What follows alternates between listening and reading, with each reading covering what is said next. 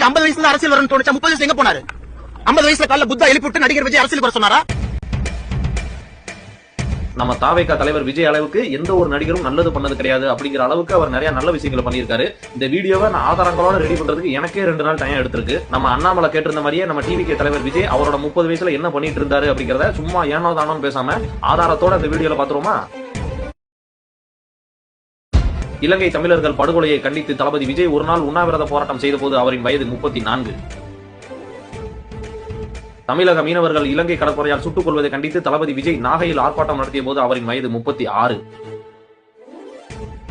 போராட்டம் மட்டும் தான் பண்ணிருக்காரா, வேற எந்த நல்லதும் பண்ணலையா அப்படின்னு கேட்டா பண்ணிருக்காரு. அதையும் என்னன்னு பாத்துருவோம். 1996 சென்னையில் பெருவெள்ளம் ஏற்பட்ட போது 100 மூட்டை அரிசியை அப்போதைய சென்னை மேயர் திரு மு.க. ஸ்டாலின் கிட்ட கொடுத்த போது அவருடைய வயது 21. 1998 சென்னையில் மழையால் பாதிக்கப்பட்ட குடிசை பகுதி மக்களுக்கு தேவையான அரிசி மூட்டைகளை அவரே நேரில் போய் கொடுத்த போது அவருடைய வயது 23. 1999 கார்கில் போர்ல உயிரிழந்த ராணுவ வீரர்களின் குடும்பங்களுக்கு உதவும் வகையில் பொதுமக்களிடம் வசூல் செய்த பணத்துடன் தனது சொந்த பணத்தையும் சேர்த்து மத்திய அரசுக்கு நிதியாக அனுப்பிய போது அவரின் வயது 24.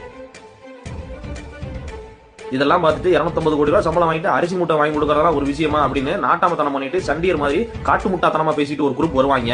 அவங்களுக்கு ஒரு பதில் என்ன அப்படின்னா 250 கோடி ரூபாய் சம்பளம் வாங்குறதுங்கிறது இப்பதான் 1998 எவனும் 250 கோடி ரூபாய் தூக்கி கொடுக்கல.